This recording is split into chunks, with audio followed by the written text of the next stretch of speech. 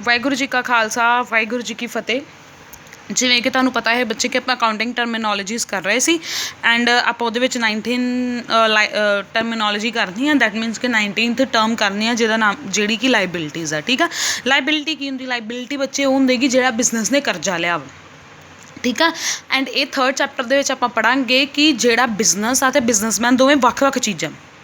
ਗੱਲ ਸਮਝ ਆ ਰਹੀ ਆ ਕਿਉਂ ਵੱਖ-ਵੱਖ ਚੀਜ਼ਾਂ? ਮੈਂ 3rd ਚੈਪਟਰ ਦੇ ਵਿੱਚ ਪ੍ਰਿੰਸੀਪਲਸ ਅਕਾਊਂਟਸ ਦੇ ਕਿ ਜਿਹੜਾ ਕਿ ਬਿਜ਼ਨਸ ਅਤੇ ਵੀ ਜੋ ਇੰਨੇ ਸਾਲਾਂ ਤੋਂ ਅਕਾਊਂਟਸ ਬਣਦੇ ਆ ਰਹੇ ਉਹਦੇ ਵਿੱਚ ਉਹਨਾਂ ਨੇ ਮੰਨ ਕੇ ਚੱਲਿਆ ਵਾ ਕਿ ਬਿਜ਼ਨਸਮੈਨ ਅਤੇ ਬਿਜ਼ਨਸ ਦੋਵੇਂ ਵੱਖ-ਵੱਖ ਚੀਜ਼ਾਂ। ਦੈਟ ਮੀਨਸ ਕਿ ਬਿਜ਼ਨਸ ਦੇ ਨਾਮ 'ਤੇ ਆਪਾਂ ਰੱਖਦੇ ਹਾਂ ਨਾ, ਬਿਜ਼ਨਸ ਆਪਾਂ ਇਹ ਕੋਈ ਵੀ ਬਿਜ਼ਨਸ ਦਾ ਨਾਮ ਰੱਖਦੇ ਤਾਂ ਉੱਤੇ ਬਿਜ਼ਨਸ ਦਾ ਨਾਮ ਲਿਖਦੇ ਆ ਨਾ ਕਿ ਸ਼ਰਮਾ ਟਰੇਡ ਐਂਡ ਕੰਪਨੀ ਜਾਂ ਰਾਮ ਟਰੇਡ ਐਂਡ ਕੰਪਨੀ ਜਾਂ ਸ਼ਾਮ ਟਰੇਡ ਐਂਡ ਕੰਪਨੀ ਕੁਛ ਲਿਖਦੇ ਆ ਨਾ। ਦੈਟ ਮੀਨਸ ਉਹ ਬਿਜ਼ਨਸ ਆ।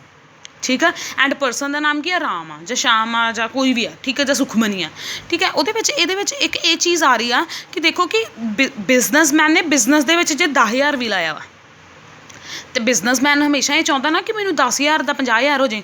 ਦੈਟ ਮੀਨਸ ਕਿ ਬਿਜ਼ਨਸਮੈਨ ਕਿਹਦੇ ਕੋਲ ਚਾਹੁੰਦਾ ਕਿ 10,000 ਦਾ 50,000 ਹੋ ਜਾਏ? ਬਿਜ਼ਨਸ ਕੋਲੋਂ।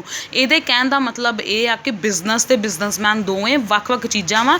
ਐਂਡ ਜਦੋਂ ਬਿਜ਼ਨਸ ਆਪਾਂ ਸ਼ੁਰੂ ਕਰਦੇ ਹਾਂ ਤਾਂ ਬਿਜ਼ਨਸਮੈਨ ਆਲਵੇਜ਼ ਬਿਜ਼ਨਸ ਨੂੰ ਕੀ ਦਿੰਦਾ ਵਾ? ਕਰਜ਼ਾ ਦਿੰਦਾ। ਪ੍ਰੋਪਰਾਈਟਰ ਓਨਰ ਆ ਕਿਹਨੂੰ? ਦੋਵੇਂ ਵੱਖ-ਵੱਖ ਚੀਜ਼ਾਂ ਵਾ। ਪ੍ਰੋਪਰਾਈਟਰ ਕਿਹਨੂੰ ਕਰਜ਼ਾ ਦਿੰਦਾ ਵਾ? ਬਿਜ਼ਨਸ ਨੂੰ। ਜੇ 10,000 ਦਿੱਤਾ ਵਾ ਅਤੇ ਬਿਜ਼ਨਸਮੈਨ ਨੂੰ ਇਹ ਹੁੰਦਾ ਕਿ ਮੈਨੂੰ 10,000 ਅਤੇ ਮੁੜੇ ਨਾਲ ਮੈਨੂੰ ਕੀ ਮਿਲੇ? ਮੁੜੇ ਪ੍ਰੋਫਿਟ ਵੀ ਮੁੜੇ। ਦੈਟ ਮੀਨਸ ਕਿ ਬਿਜ਼ਨਸ ਅਤੇ ਬਿਜ਼ਨਸਮੈਨ ਦੋਵੇਂ ਕੀ ਆ? ਵੱਖ-ਵੱਖ ਚੀਜ਼ਾਂ ਵਾ। ਇਹ ਆਪਾਂ 3rd ਚੈਪਟਰ 'ਚ ਵੀ ਪੜ੍ਹਾਂਗੇ। ਥੋੜ੍ਹਾ ਜਿਹਾ ਹਿੰਟ ਹੁਣ ਲੈ ਲਓ। ਹੁਣ ਦੇਖੋ ਲਾਇਬਿਲਿਟੀਜ਼ ਕੀ ਆ? It means amount payable by the business to the proprietor and outsider. ਕਹਿੰਦੇ ਲਾਇਬਿਲਿਟੀਜ਼ ਦਾ ਮਤਲਬ ਇਹ ਹੁੰਦਾ ਵਾ ਕਿ ਉਹ ਵਾਲਾ ਪੈਸਾ ਜਿਹੜਾ ਬਿਜ਼ਨਸ ਨੇ ਕਿਹਨੂੰ ਪੇ ਕਰਨਾ ਹੁੰਦਾ ਵਾ? ਪ੍ਰੋਪਰਾਈਟਰ ਕੌਣ ਆ? ਓਨਰ ਐਂਡ ਆਊਟਸਾਈਡਰਸ ਨੂੰ। ਕਿ ਲੋਕਾਂ ਕੋਲ ਉਧਾਰ ਜਿਹੜਾ ਪੈਸਾ ਲਿਆ ਵਾ ਉਧਾਰ ਕੀ ਆ? ਦੇਖੋ ਬੱਚੇ, ਪ੍ਰੋਪਰਾਈਟਰ ਨੂੰ ਕਿੱਦਾਂ ਪੇ ਕਰਨਾ? ਮੈਂ ਤੁਹਾਨੂੰ ਅੱਗੇ ਦੱਸਿਆ ਕਿ ਬਿਜ਼ਨਸਮੈਨ ਨੇ 10,000 ਬਿਜ਼ਨਸ ਚਲਾਇਆ ਵਾ ਅਤੇ ਬਿਜ਼ਨਸ ਨੇ ਉਹ ਪੈਸਾ ਵਾਪਸ ਕਰਨਾ ਹੀ ਕਰਨਾ ਵਿਦ ਪ੍ਰੋਫਿਟ। ਐਂਡ ਆਊਟਸਾਈਡਰਸ ਕੋ ਵੀ ਜਿਹੜਾ ਪੈਸਾ ਲਿਆ ਉਹ ਵੀ ਵਾਪਸ ਕਰਨਾ ਹੀ ਕਰਨਾ। ਜਿਹੜਾ ਪੈਸਾ ਆਪਾਂ ਬਾਹਰ ਦੇ ਲੋਕਾਂ ਕੋਲ ਲਈਦਾ ਉਹਨੂੰ ਆਪਾਂ ਕੀ ਕਹਿੰਦੇ? ਲਾਇਬਿਲਿਟੀ। ਪੰਜਾਬੀ ਭਾਸ਼ਾ 'ਚ ਲਾਇਬਿਲਿਟੀ ਨੂੰ ਕੀ ਕਹਿੰਦੇ? ਕਰਜ਼ਾ। ਠੀਕ ਆ, ਅਕਾਊਂਟਸ ਦੇ ਵਿੱਚ ਲਾਇਬਿਲਿਟੀ ਦਾ ਮਤਲਬ ਕੀ ਆ? ਕਰਜ਼ਾ ਲਿਆ ਹੋਇਆ ਜੀ। Amount payable to the proprietor by the business due to the business entity concept. ਉਹ ਕੰਸੈਪਟ ਦਾ ਨਾਮ ਕੀ ਹੈ? ਜਿਹੜਾ ਆਪਾਂ ਪ੍ਰਿੰਸੀਪਲਸ ਪੜ੍ਹੇ ਆ ਉਹਦਾ ਕੰਸੈਪਟ ਦਾ ਨਾਮ ਕੀ? Business entity concept. ਜਿਹਦੇ ਵਿੱਚ ਕੀ ਮੰਨਿਆ ਜਾਂਦਾ ਕਿ ਬਿਜ਼ਨਸ ਅਤੇ ਬਿਜ਼ਨਸਮੈਨ ਦੋਵੇਂ ਕੀ ਆ? ਵੱਖ-ਵੱਖ ਚੀਜ਼ਾਂ ਵਾ। ਅਤੇ ਬਿਜ਼ਨਸ ਨੇ ਜਦੋਂ ਵੀ ਪੈਸਾ ਲਿਆ ਵਾ ਪ੍ਰੋਪਰਾਈਟਰ ਕੋਲ ਬਿਜ਼ਨਸ ਨੇ ਉਹ ਵਾਪਸ ਕਰਨਾ ਹੀ ਕਰਨਾ। ਤਾਂ ਉਹ ਆਪਾਂ ਇੰਟਰਨਲ ਲਾਇਬਿਲਿਟੀ ਕਹਾਂਗੇ। ਕਿਉਂ? ਕਿਉਂਕਿ ਇੰਟਰਨਲ ਮਤਲਬ ਅੰਦਰ ਦਾ ਬੰਦਾ ਵਾ ਨਾ। ਓਨਰ ਕੌਣ ਆ? ਆਪ ਹੀ ਆ, ਹੈ ਨਾ। ਓਨਰ ਕੀ ਆ? ਅੰਦਰੋਂ ਕਰਜ਼ਾ ਲਿਆ ਬਿਜ਼ਨਸ ਦੇ। ਕਿਹਦੇ ਕੋਲ ਲਿਆ? ਅੰਦਰ ਦੇ ਲੋਕ, ਅੰਦਰ ਦੇ ਪਰਸਨ ਕੋਲੋਂ। ਇੰਟਰਨਲ ਲਾਇਬਿਲਿਟੀ ਹੋ ਗਈ। ਤਾਂ ਐਕਸਟਰਨਲ ਉਹ ਹੁੰਦਾ ਜਿੱਦਾਂ ਆਪਾਂ ਬਾਹਰ ਦੇ ਲੋਕਾਂ ਕੋਲ ਲੈਂਦੇ ਹਾਂ। ਠੀਕ ਆ, ਜਿੱਦਾਂ ਉਹ ਤੁਹਾਡੇ ਬਿਜ਼ਨਸ ਦਾ ਕੋਈ ਉਹਦਾ ਲਾਕਾ ਦੇਕਾ ਨਹੀਂ ਹੈ, ਬਸ ਤੁਸੀਂ ਉਹਨੂੰ ਇਹ ਕਿਹਾ ਵਾ ਕਿ ਤੂੰ ਮੈਨੂੰ 20,000 ਰੁਪਈਆ ਦੇ ਦੇ, ਮੈਂ ਤੈਨੂੰ ਉਹਦੇ ਉੱਤੇ ਕੀ ਦੇ ਦੂੰਗਾ? ਜਿੱਦਾਂ ਬੈਂਕ ਹੋ ਗਈ, ਮੈਂ ਉਹਦੇ ਉੱਤੇ ਤੁਹਾਨੂੰ ਕੀ ਦੇ ਦੂੰਗਾ? ਇੰਟਰਸਟ ਦੇ ਦੂੰਗਾ।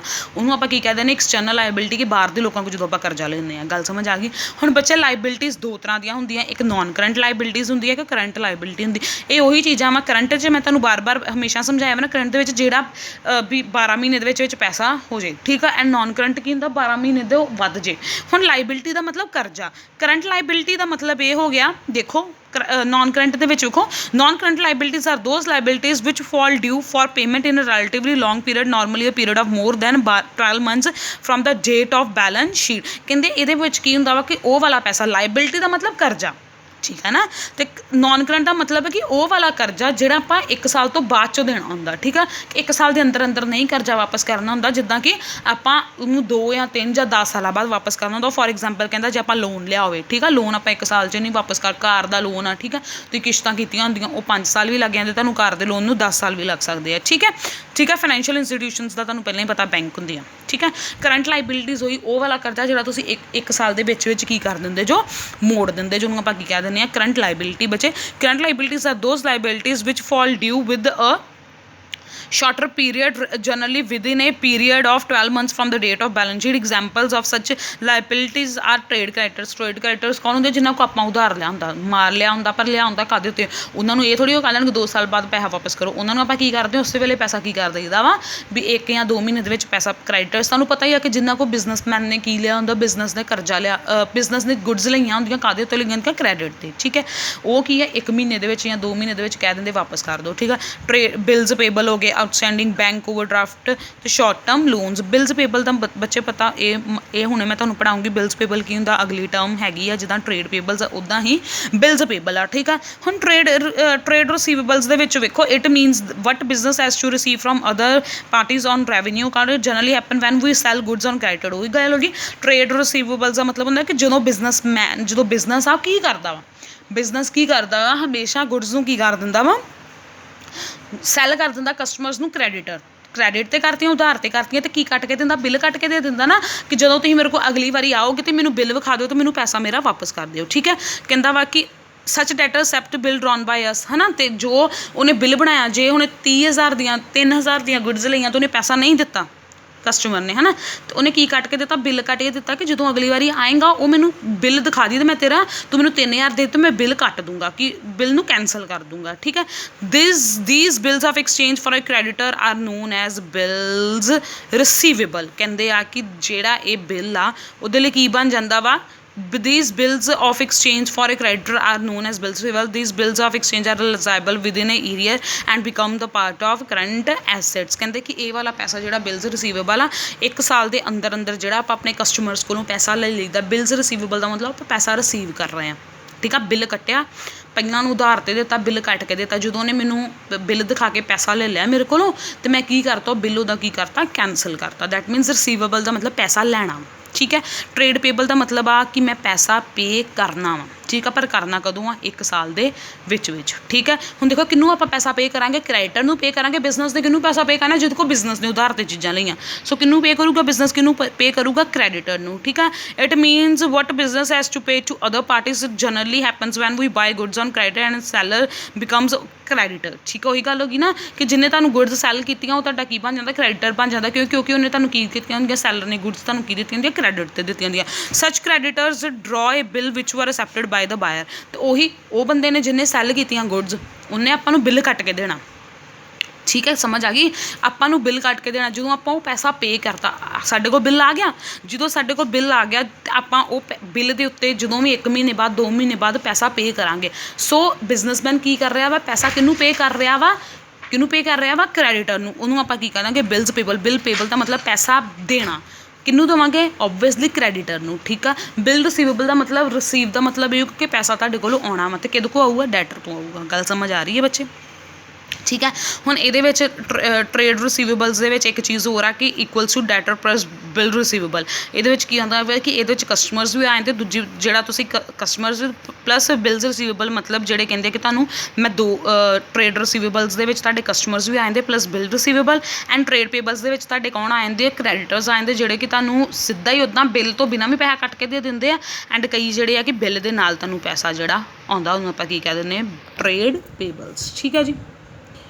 ਸਮਝ ਆ ਰਹੀ ਹੈ ਬੱਚੇ। ਟ੍ਰੇਡ ਰਿਸੀਵੇਬਲਸ ਦੇ ਵਿੱਚ ਬੱਚੇ ਇੱਕ ਗੱਲ ਹੋਰ ਆ ਕਿ ਟ੍ਰੇਡ ਰਿਸੀਵੇਬਲ ਨੂੰ ਟੋਟਲ ਕਿਹਦੇ ਨਾਲ ਬਣਦੀ ਹੈ, ਰਿਸੀਵੇਬਲ ਪੈਸਾ ਕਿੱਦਾਂ ਆਉਂਦਾ ਵਾ, ਪੂਰਾ ਡੈਟਰ ਦਿੰਦਾ, ਕਸਟਮਰ ਦਿੰਦਾ ਵਾ, ਠੀਕ ਆ, ਪਲੱਸ ਕਿੱਥੋਂ ਪੈਸਾ ਆਉਂਦਾ ਜਿਹੜਾ ਆਪਾਂ ਬਿੱਲ ਕੱਟਿਆ ਹੁੰਦਾ, ਠੀਕ ਆ।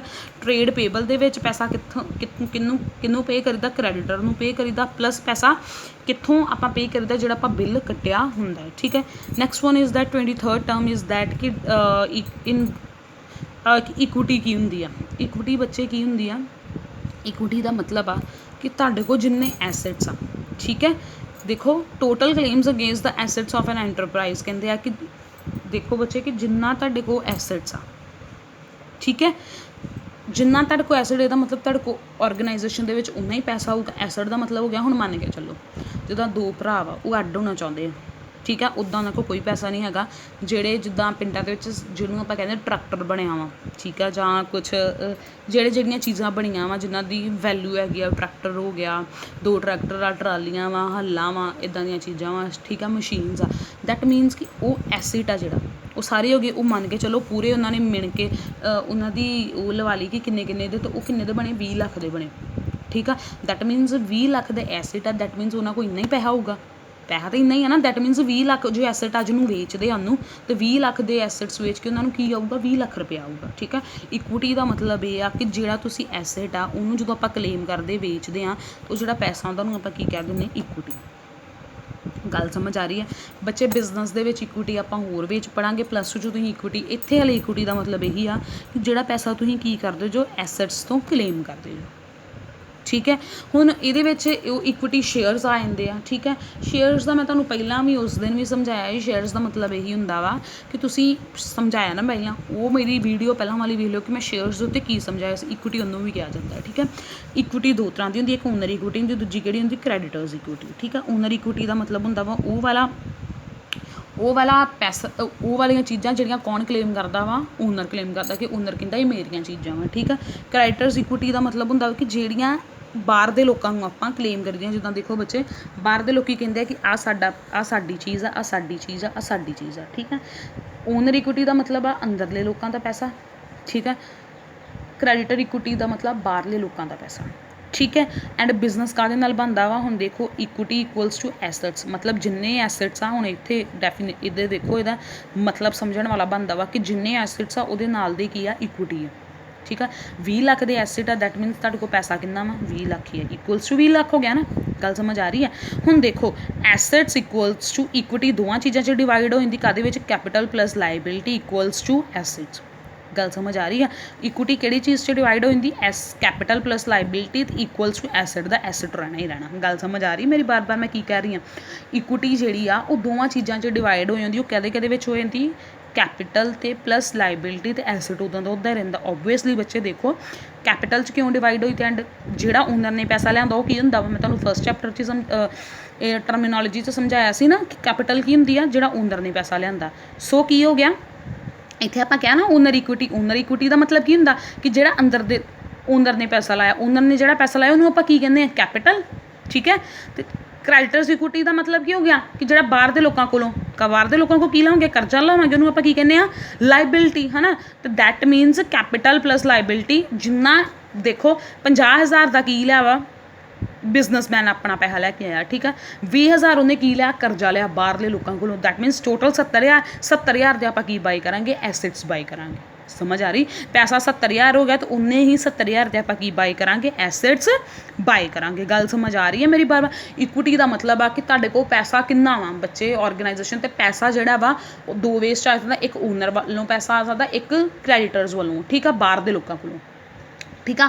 ਓਨਰ ਵਾਲੇ ਨੂੰ ਆਪਾਂ ਕੀ ਕਹਿ ਦਾਂਗੇ, ਉਹਨੇ ਕੈਪੀਟਲ ਹੀ ਆ ਨਾ, ਓਨਰ ਨੇ ਜਿਹੜਾ ਪੈਸਾ ਲਿਆਂਦਾ ਉਹ ਕੈਪੀਟਲ ਆ, ਬਾਹਰ ਦੇ ਲੋਕਾਂ ਕੋਲ ਲਿਆਂਦਾ ਉਹ ਕੀ ਹੋ ਗਿਆ, ਲਾਇਬਿਲਿਟੀ, ਕਰਜ਼ਾ ਵਾ ਜਿਹੜੇ ਬਾਹਰ ਦੇ ਲੋਕਾਂ ਕੋਲ ਗਿਆ। ਤੇ ਜਿੰਨਾ ਇਹ ਦੋਵੇਂ ਚੀਜ਼ਾਂ ਹੋਣਗੀਆਂ ਉਹਦੀ ਇਕੁਅਲਸ ਟੂ, ਆਪਾਂ ਜਿੰਨਾ ਪੈਸਾ ਹੋਊਗਾ ਉਹਦੀ ਇਕੁਅਲਸ ਟੂ ਆਪਾਂ ਐਸੈਟ ਖਰੀਦ ਸਕਦੇ ਹਾਂ, ਠੀਕ ਹੈ ਜੀ। ਹੁਣ ਅੱਗੇ ਦੇਖੋ 23 ਆ, ਇਨਵੋਇਸ ਕੀ ਹੁੰਦੀ ਆ। ਇਨਵੋਇਸ ਦਾ ਮਤਲਬ ਇਹ ਬੱਚੇ, it is an itemised list of goods supplied usually specifying the price and the terms of sales. Invoice ਦਾ ਮਤਲਬ ਬੱਚੇ ਕੀ ਹੁੰਦਾ ਵਾ ਕਿ ਬਿੱਲ, ਠੀਕ ਹੈ।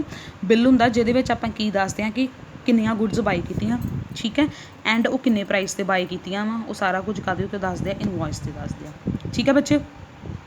Next one is that's all for today, ਬਾਕੀ ਬੱਚੇ ਆਪਾਂ ਕੱਲ੍ਹ ਕਰਾਂਗੇ।